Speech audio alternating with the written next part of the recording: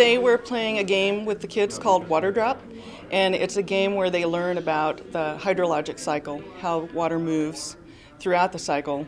One of the important lessons that they learn is that water is neither created nor destroyed. It's all the same water, even though it's moving through our system. It's also a very dynamic system. It's constantly moving and changing, and this game helps show them through a color bracelet represents that movement through the system. Since water moves, we start with the ocean. They collect a blue bead for the ocean, and then they roll a die, and that tells them where in the system they're going to go next. That means they could, typically that means the water is evaporated. So they'll roll the die again, and they'll probably go to the cloud station.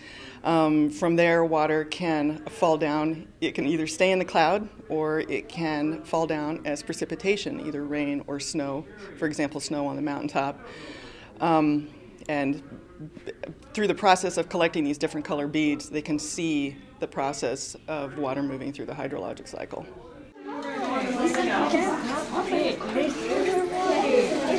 We did an activity called Awesome Aquifers. Kind of shows kids what an aquifer is, how groundwater fills an aquifer, how groundwater moves, how groundwater is connected to surface water. Kids take their aquifer and they add water to it so they can see what the water table is, the saturated zone, the unsaturated zone, and then they add a well to it. And they drill that well and they pump the water out so they can see what the impact of pumping can be. And then they're able to add water to the aquifer and recharge it so they can understand what that concept is about. And then we just let them have fun with it, pump it, move the well around. We have them build a lake so they can see how groundwater and surface water are connected.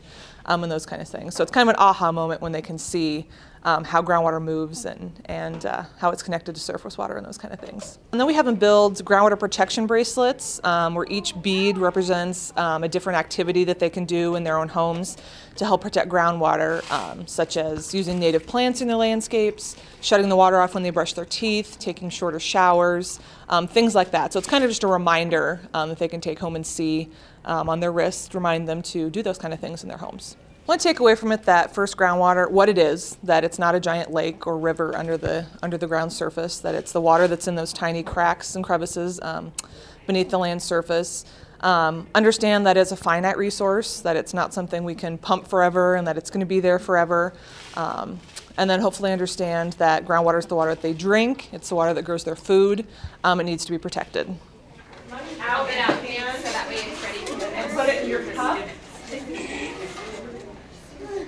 I want you to pump your aquifer.